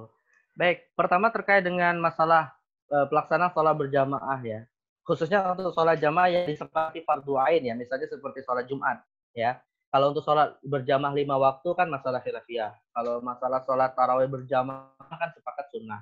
Tapi ini yang menjadi poin yang harus kita perhatikan adalah yang disepakati wajib itu sholat Jumat ya, dengan jumlah tertentu sebagian mazhab menetapkan 40, 12 dan seterusnya. Nah, ini sebenarnya memang mesti kita pahami dengan baik nih fatwa MUI ya. Jangan kemudian dibiah-biah akhirnya fatwa MUI bisa digunakan dimanapun gitu ya. Artinya fatwa MUI ini hakikatnya hanya berlaku untuk wilayah yang sudah dikategorikan zona merah. Zona merah itu artinya adalah wilayah yang sudah dianggap penyebaran virus ya. Atau misalnya adalah wilayah yang memang punya potensi karena mungkin ada kedatangan orang-orang baru yang punya potensi untuk bisa menyebarkan virus. Karena kan hari ini kita khawatir itu sekali ya. Saya membaca beberapa informasi tentang masalah penyebaran virus ini. Kita yang sekarang ini khawatir itu adalah orang-orang yang dikategorikan OTG, orang-orang tanpa gejala, kan? Jadi dia tidak ada gejala dalam tubuhnya ini kalau kena virus, tapi rupanya bisa menyebarkan virus. Nah, ini yang kadang jadi masalah. Nah, maka kalaupun misalnya masih tetap mengadakan sholat berjamaah ya untuk antisipasi, untuk sadud zari'ah, menjaga atau mengambil sikap preventif agar tidak terjadi bahaya, maka sikap-sikap yang sering hari ini kita dengar yaitu adanya physical distancing, soft sholatnya kemudian renggang, lalu anjuran kalau sholat pakai masker dan seterusnya. Ini saya pikir adalah ijtihad yang cukup baik untuk kita lakukan di tengah kondisi penyebaran virus hari ini. Nah, kalaupun misalnya masalahnya begini, tapi kan anjuran sholat berjamaah itu adalah merapatkan shaf, ya. Nah, saya katakan merapatkan shaf itu dianjurkan dalam kondisi normal, ya, dalam kondisi normal, dan itu pun hukumnya oleh mayoritas ulama adalah sunnah, bukan wajib. Kalaupun bagi para ulama yang mengatakan merapatkan shaf itu wajib, juga sepakat meskipun wajib, sholat berjamaahnya tetap sah kalau tidak dilakukan gitu ya. Nah, jadi artinya merapatkan shaf itu dalam kondisi normal ada dua pendapat. Dalam kondisi normal ya ada dua pendapat. Pendapat pertama seperti dinyatakan oleh Imam Ibnu Hajar Asqalani dalam Fathul Bari, ada yang mengatakan wajib. Pendapat yang kedua mayoritas ulama termasuk 4 mazhab mengatakan sunnah. Tapi dua pendapat ini sepakat bahwa merapatkan shaf tidak membatalkan sholat berjamaah atau renggangnya shaf tidak membatalkan sholat berjamaah selama makmumnya masih bisa mengikuti imam dan yang kedua berada dalam masjid. Nah, jadi artinya ini dalam kondisi normal pun seperti itu ketentuannya. Apalagi dalam kondisi yang hari ini kita khawatir merebaknya virus seperti ini. Maka kebijakan masjid misalnya udah sholatnya dibuat renggang, nggak ada masalah, silakan dilakukan. Ya karena darul mafasid muqaddamun ala jalbil masalih, menghindari bahaya lebih utama daripada mengambil maslahat seperti itu. Dan yang kedua, sholat pakai masker ini pun perlu dianjurkan kepada masyarakat yang memang ingin menghadiri sholat berjamaah di tempat zona-zona yang belum divonis tempat penyebaran virus, ya. Karena ya tadi saya katakan ada orang-orang yang tidak dikategorikan, orang-orang yang bisa jadi membawa virus tapi tidak dikategorikan sebagai orang yang harus diwaspadai, yang tadi disebut OTG, ini juga harus kita waspadai, maka pakai masker pun dianjurkan. Tapi kan ada anjuran sholat itu tidak menutup wajah. Nah, ini pun dalam kondisi normal gitu ya. Karena kata Imam Ibnu Abdul Bar seperti disebutkan dalam Al-Mawsu'atul Fiqhiyah Kuwaitiyah bahwa menutup wajah itu makruh dalam sholat. ketika kondisi normal dan hilang kemakruhannya ketika dibutuhkan karena sebab darurat. Nah, jadi kedaruratan seperti hari ini membuat kita akhirnya mengambil ijtihad seperti ini sesuatu yang baik. Ya, bukan berarti kemudian malah seakan kita menghindari hal-hal yang dianjurkan dalam syariat. Tidak. Nah, ini sifatnya adalah tidak normal. Nah, jadi silakan berjamaah di wilayah yang tidak terhitung zona merah, tapi ya mengambil standar penjagaan diri ini juga merupakan ikhtiar yang baik bagi pengurus masjid khususnya dan bagi kita yang mungkin mau menghadiri sholat berjamaah untuk mengambil sikap preventif seperti itu. Baik, ini yang pertama. Dan yang kedua, iktikaf. Ya, bagi wanita seperti yang tadi saya katakan, sebenarnya sih mayoritas ulama berpendapat iktikaf wanita itu tetap di masjid ya. Seperti perbuatan para istri Rasulullah yang disebutkan ketika Nabi wafat, maka istri-istri Nabi melanjutkan iktikaf di dalam masjid gitu ya. Tapi pendapat mazhab Hanafi membolehkan. Pendapat mazhab Hanafi membolehkan iktikaf di dalam rumah khusus hanya bagi wanita. Ya, khusus hanya bagi wanita. Namun dengan catatan ya, para ibu, para akhwat yang mau sholat mau iktikaf di dalam rumah harus di tempat khusus, Bu. Ya, harus di tempat khusus yang disebut musola. Dan jangan keluar dari musolanya gitu ya. Jadi kalau misalnya kita dikasih oleh Allah secara ekonomi mampu memiliki rumah yang ada kamar khusus untuk kita jadikan sholat, ya itulah tempat kita iktikaf gitu bagi wanita. Jadi jangan kemudian saat iktikaf akhirnya sekali-sekali ke dapur, sekali-sekali main sama anak, itu bukan iktikaf namanya, sekali-sekali nonton televisi, ya itu bukan iktikaf namanya. Jadi secara khusus dia berada dalam musolanya tadi. Ya boleh sih ngambil makanan kalau memang di malam hari iktikafnya haus dan seterusnya, ya silakan, nggak masalah. Gitu. Karena iktikaf kan tidak mesti di siang hari, juga bisa dilakukan di malam hari. Tapi sekali lagi dengan catatan, kalau iktikafnya di dalam rumah terikat dengan ketentuan tidak boleh keluar dari tempatnya. Karena iktikaf itu ibadah yang disebut oleh para ulama al-lubsu, berdiam diri. Definisi iktikaf itu kan al-lubsu fil masjid lil ibadah. Berdiam diri di dalam masjid untuk ibadah. Berarti ibadahnya itu berdiam dirinya. Ya, tapi kalau kemudian muter-muter keliling rumah ya bukan iktikaf namanya. Nah, jadi silakan kalau ibu-ibu mau iktikaf di dalam ruang khusus seperti itu. Tapi kalau untuk bapak-bapak nggak bisa ya, karena bapak-bapak harus di masjid. Jadi kalau mau iktikaf, minta izin kepada DKM, ya cari pojokan yang nggak ada banyak orang, nggak silakan iktikaf. Ya seperti itu. Jadi terikat dengan ketentuan iktikaf pada umumnya. Hanya wilayahnya saja atau tempatnya saja yang punya kekhususan bagi wanita dengan catatannya dalam mazhab Hanafi. Ya, mazhab jumhur tetap tidak membolehkan wanita iktikaf di dalam rumah. Ya, itu Bu Ustaz. Nah, Ustaz berarti sekali lagi untuk masalah yang jarak dalam saf sholat itu diperbolehkan karena tadi ya Ustaz ya, karena wabah itu. Dua syarat ya. Syaratnya dua. Pertama, makmum bisa mengikuti imam. Apakah dengan mendengarkan bacaannya atau melihat saf makmum yang terbelakang, yang paling belakang. Dan yang kedua, masih berada di wilayah masjid. Ya. Kalau misalnya gini, boleh nggak saya bermakmumnya online? Ya nggak boleh, bukan berada di masjid. Oh, saya mau sholat tarawih, imam sudah di Mekah Mukarramah pakai televisi. Ya nggak bisa. Walaupun bisa kita ikuti gitu kan. Tapi tetap nggak bisa. Disyaratkan harus berada dalam satu tempat yang sama. Tapi kalau misalnya berbeda softnya, ya satu misalnya imamnya di bawah, kemudian yang lain ada di lantai kedua, ya silakan